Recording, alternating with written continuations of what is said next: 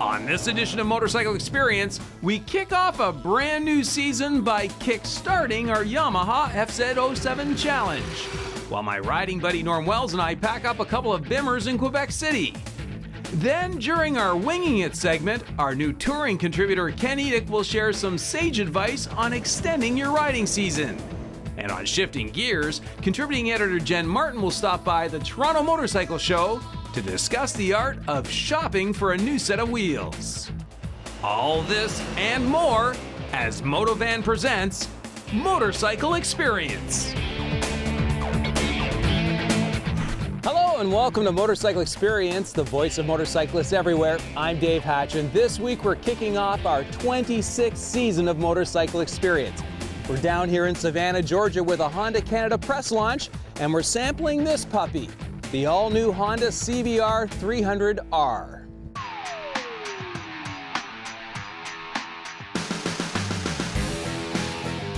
From a distance, you may think that the new CBR 300R is just a punched-out CBR 250.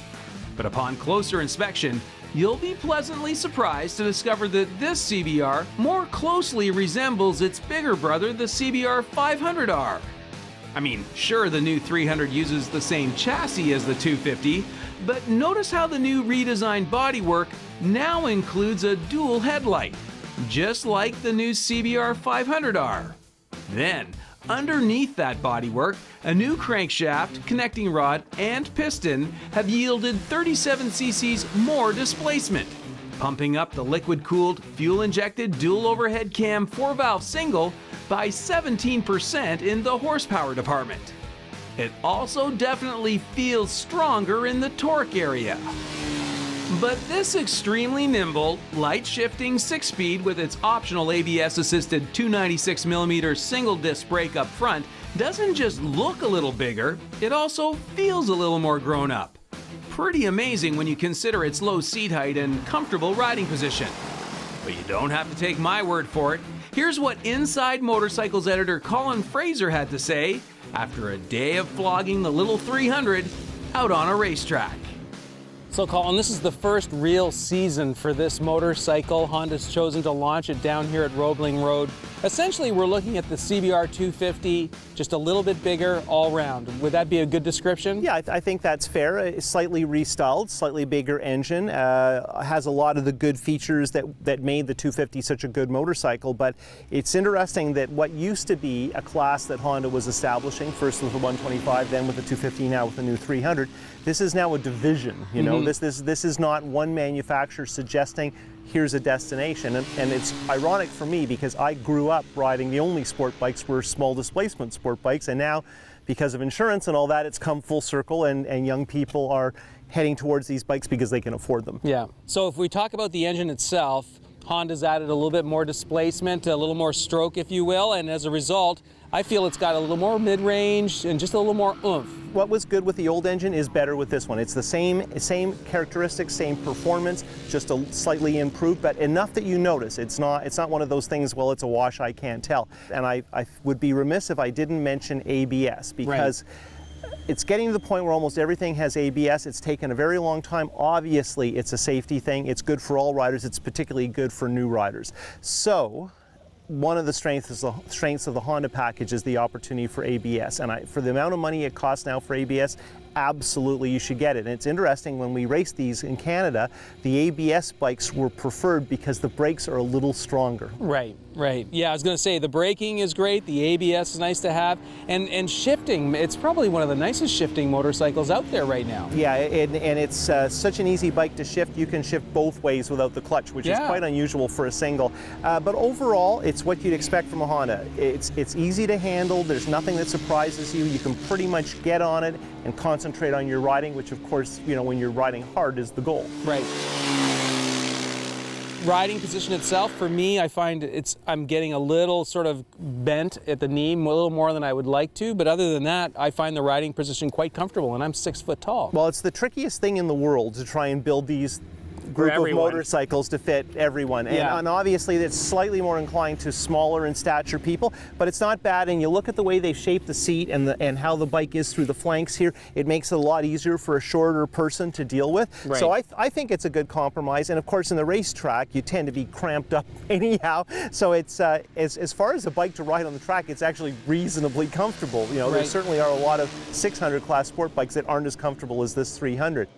One of my standard questions used to be, what do you think of the fit and finish? And I quite frankly, I've stopped asking that question because all bikes have come up in standard in terms of fit and finish, but for what it is, I think it's a beautifully finished bike. I think there are certainly bikes that are better than what we're seeing in this class, but if you at all factor in cost and value, they're fantastic, and they're better now than they were a year ago. You know, Yeah. there's the competition is only going to get better, and I think we'll see more features. And if I look forward, even with racing, I think eventually there will be a class for these sorts of bikes, you know, lightweight super sport or lightweight sport bike or whatever it's called, because there's so much interest, and of course these bikes are getting to be far more common. Right.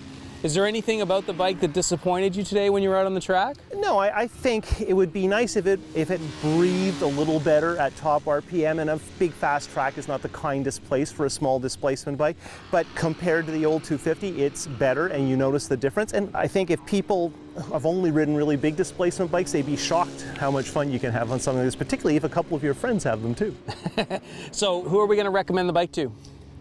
Beginning riders, people who want a small displacement sports bike, I think it might be a second bike for some people. I think it's more able than you might realize if you're only used to a bigger motorcycle. Yeah. And it's really good around town. It's going to be super economical, and that is a consideration in terms Sure. of mileage. So I think it's a really good time to be looking for a 300 class motorcycle. There's a lot of good bikes out there, and it's going to be really exciting to see where that class goes in the future. Okay, well, I understand there's still about a half hour left of track time, so we'll let you get back to it. Thanks, Thanks, you, Dave. Colin. Appreciate it. Nice job. Hang in there, we've got plenty more experience still ahead. Next, touring expert Ken Edick doesn't wing it when it comes to packing, while Norm Wells and I also get suited up in Quebec. Portions of this broadcast are brought to you by Harley-Davidson, BMW Motorrad, and Honda Canada.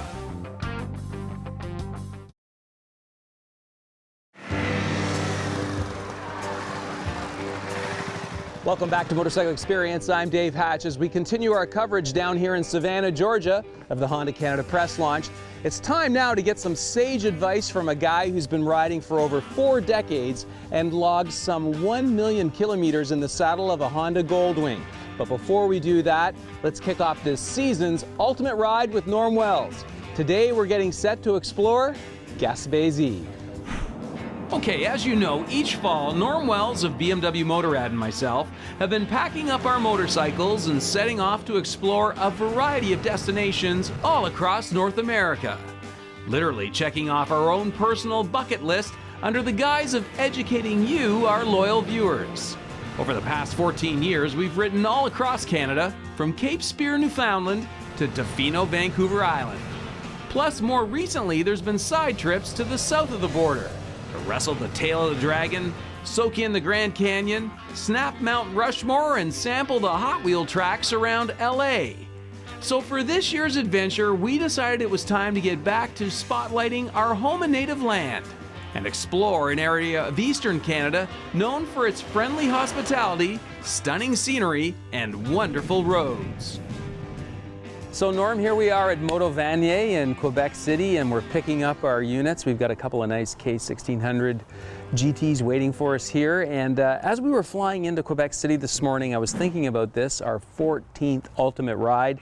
And you know, we've pretty much covered all of Canada in very large chunks, but today, and Gaspé being a great example, we're now breaking it down even smaller pieces. Why did you pick Gaspé?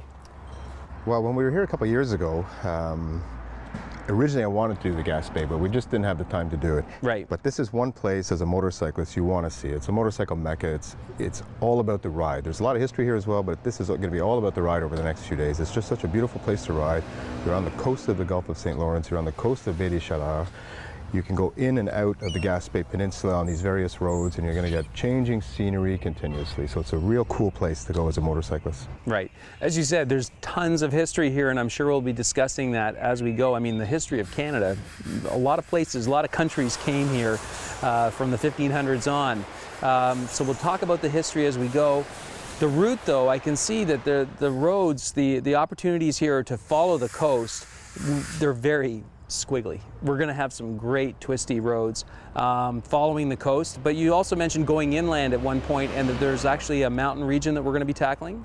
Yes, yeah, that's once we leave tomorrow from Rimouski and then make our way down towards Matapedia and the Baie des Chaleurs, we'll cut across towards New Richmond, and there we'll head north. And this is the road that goes right through the park up to Mont-Saint-Anne-des-Monts, and obviously Saint-Anne-des-Monts tells you it's all about the mountains. This is going to be a beautiful mountainous region with high mountains and really interesting. Okay, so camera's ready to go. It's September. As always, we do these ultimate rides in the off season. I don't imagine we're going to see many tourists. No, not this time of year. We're mid-September now, and you know, most of the tourists are off the roads by Labor Day weekend, and kids are back in school. So we'll see a lot of places that have closed down. You know, they're prepping for the winter up here. And I don't think we're going to see a lot of vehicles, motorcycles, humans, a lot of anything up there. Okay. You mentioned things are closing down. Does that mean we're going to be hard up for meals? Are we going to be able to sample some seafood on this journey? I'm sure we'll find some seafood along this coastal route over the next few days. Yeah, good. And it is September, and it's definitely the days are shorter and chillier. We're expecting some cold mornings and some cold late afternoons, right? Yeah, absolutely. I mean, I was looking at the weather for the week, and we're looking at single-digit mornings and dual-digit afternoons, but the dual digits are low. So it's going to be another one of these trips where, you know, the clothing is going to be as important as the product you're riding for the weather. Well, we've got the heated vests and we've got the multiple layers, so we should be good to go. I am so excited. Number 14 in the Ultimate Rides. Let's do it. Well, let's go. Now be sure to tune in next week to follow along the progression of this 14th Ultimate Ride. It's a good one. Meanwhile, we're going to kick off our 26th season of Motorcycle Experience by celebrating Honda's 40th anniversary of their iconic touring machine, the Goldwing. And as a way to pay tribute to the art of touring, we're going to spend some time with one guy who has spent a lot of time in the saddle with a Goldwing, Ken Edick. Ken, this week on Winging It, you want to talk about layering it up, and as a result, you've turned the Goldwing into a bit of a clothesline. But tell me, what do you mean by layering up? Why do you want to start out all covered in gear? Because typically when you start out in the morning, it's going to be cooler than any point that day will unfold to. Yeah. And if you run a little later in the day, you're going to fall right back into that. So be ready for the two extremes, and you can peel down to accommodate yourself in the middle of the day. The premise being, start out with more gear than you need. You don't want to get cold, I'm assuming, right? Correct, because once you get a chill on a bike, it's hard to overcome it without stopping and going inside a building. So start warm, you can dial down, you can open up things, then you can stop and peel off a whole layer of clothing if it comes to that point. Right. So I see the first thing that we're starting with is the heated vest. I just recently got into this whole heated vest thing, and it's a game changer. Any tips in terms of how to wear a heated vest? I found over a period of time that it was better to put it closest to my body. So I start off with a cotton t-shirt, I put that on next, then I put a sweatshirt over top of that to keep that all inside underneath my riding jacket. Okay. And then with the dialing of the heat element, I can dial it up to hot or slow cook or turn it off completely. So insulate it and keep the heat inside. Right. 3 kinds of gloves. This is what you travel with. Obviously, these are your thick ones, right? With the gauntlet, so you don't get any wind up your sleeve. Yep. And then eventually throughout the day, you move down to something like this, and then my lightest ones. Lightweights. Lightweights, I always wear gloves all the time, but even at the hottest point of the day, these are a porous material that lets the air circulate through, but I've still got the minimum protection to help me out there, so I'd never ride without them. So no matter where you're going, no matter what the tour, this is the kind of kit you take with you? Other than the dead of summer, the vest was the only part I didn't have on the bike all summer long. Right. What happens if you blow it? You forget this, or you don't predict this, you don't dress accordingly. What can happen if you start out riding and you do get chilled? Get yourself out of the element. Get inside a building. Get inside a clothing store. Maybe that's what you have to buy, is that one piece that you brought at home. You can always have a backup spare, but get out of it, because hypothermia can make you start to do some silly things. The thought process changes, Just right? gone, yeah. Right. Awesome. Well, that's some great advice for touring on a wing. Thanks. Thank you. Next week, be sure to tune in as we will continue to once again tap Ken for some key advice on touring in the rain. Up next, we'll kick off our Ultimate Yamaha Challenge and get some very important tips on shopping for a motorcycle. Stay with us.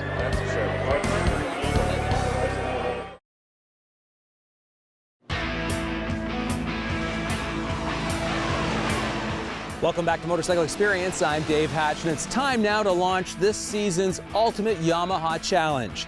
And rising to meet the challenge is OPP Constable Anthony Mann. Now, you may recall a few years back, I bet my buddy Brian Hudgen that he couldn't ride his Yamaha BWS 125 scooter all the way from Montreal to Toronto, armed with only a tent and a $25 gas card. Then, the following summer, there was yet another bet. This time I challenged him to ride from Baie-Comeau, Quebec to Gaspé, Labrador, with nothing but a pup tent and a gas card. Then there was the summer Brian and I carved out a series of 6 challenges that put both his street and dirt riding skills to the ultimate test.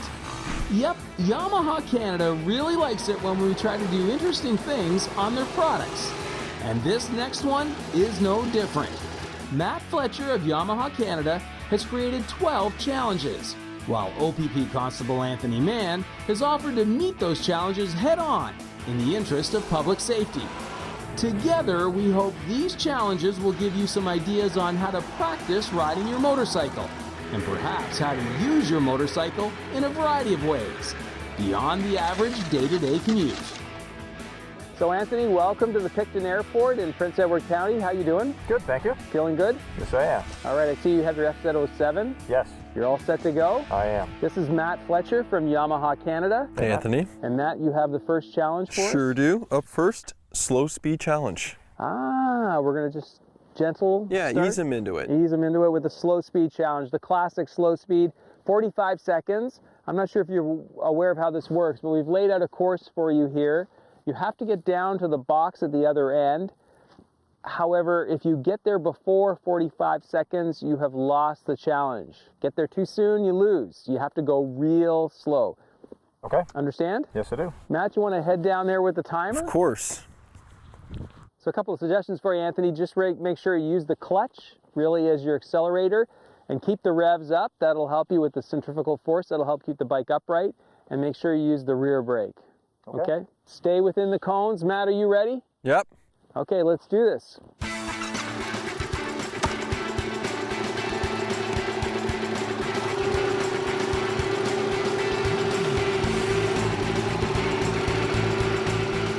It's a little fast. That's better. Looking good. Keep your revs up. Stay inside those cones. Keep your eyes up. Look right through. Oh, that looks good. Just make sure you stay within the cone. Look right through. Excellent. Oh, oh. Getting close. Excellent. How was that? 47 seconds. Well done. That's great. Anthony, 47 seconds. Well done. Thank you. How did that feel? Was that tough? It was challenging. Yeah. Did any of the tips work for you? Certainly, your advice with feathering the clutch and hovering over the rear brake certainly helped, and of course accelerating as well. Yeah. Excellent. So you're ready for the next challenge? I am. Well done. Well, I gotta say, with 1 down and 11 to go, OPP Constable Anthony Mann handled the first challenge with confidence. But as I said, this is only the beginning.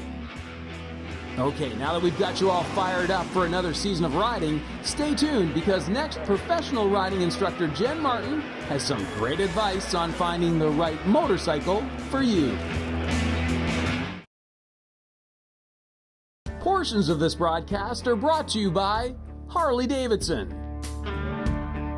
BMW Motorrad, and Honda Canada.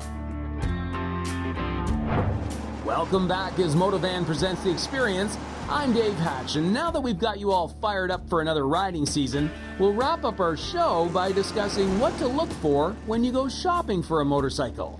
Joining us now at one of the best places to shop for a motorcycle, the Toronto Motorcycle Show, is the Chief Riding Instructor at Georgian College. So Jen, here we are in the Harley-Davidson booth at the Toronto Motorcycle Show. The show is just about to open, and shortly there will be a lot of people in here in the booth trying different bikes, shopping. Yeah. And I thought this would be a great opportunity to talk about just what to look for when you go shopping for a bike. And I guess the first thing you have to decide is, what are you going to use the motorcycle for, right? Yeah, absolutely. I mean, are you planning to do long distance riding? Are you planning to do a commuting? What are you using the motorcycle for? And then I guess the other thing is, are you going to be riding alone? Will you ever take a passenger, right? Yeah, absolutely. So a little bit of a shopping list, but then it comes down to, does the motorcycle fit you, right? Exactly. You want to sit on the motorcycle, you want to try it on, make sure that it fits you. Okay. And then when we talk about fitting a motorcycle, the big catchphrase these days is the rider's triangle. Can you sit on this bike and just show us what the rider's triangle is? So what you're looking for when we get, I mean, you're going to see so many people sitting on motorcycles all throughout the show, which is great. You want to sit on that motorcycle. The triangle you're looking at is the handlebars. Right. All the contact points here, your handlebars, your feet, and the seated position. And all that does is make sure that your ride is the best ride you can get. Okay, so the triangle is from here to there to there, you know, basically wrist, hips, ankles, and the reason you want this triangle to be balanced is because you want to be sitting upright, right? That's the first thing. Yeah, absolutely. You want to make sure that you are comfortable so that it reduces fatigue when you're riding. Yeah. The experience, you want your riding experience to be more enjoyable. Okay, so we want to make sure we're upright, not sort of leaning forward. Or leaning too far back, because you don't want to stress your lower back. That's right. Then the other thing is, you want your elbows to be kind of slightly bent. Yes, and you want them nice and round. Right? Yeah, nice and rounded elbows so that you can have steering input and you're not overextending your reach. And then as well, nice. I have a 9-degree angle on my leg. That's comfortable for me to reduce fatigue as well when you're riding. Right. So then, if you don't have this triangle sort of in place, you can have, stress and strain through your shoulders. Yeah, you can have stress in your lower back. What can you do to adjust for that? Well, I mean, there's a lot of things. I mean, we're talking here that you can adjust, you can try out different handlebars, try out different seats. If you wanted to taper the seat for reach to the ground, that type of thing. Everything, there's so many customizations out there for you now. Right. So again, when you're shopping for a motorcycle, perhaps at a dealer or even here at one of these motorcycle shows, fitment. Yes. Most important. Absolutely, yes. Awesome. Well, thanks for those great tips. Good.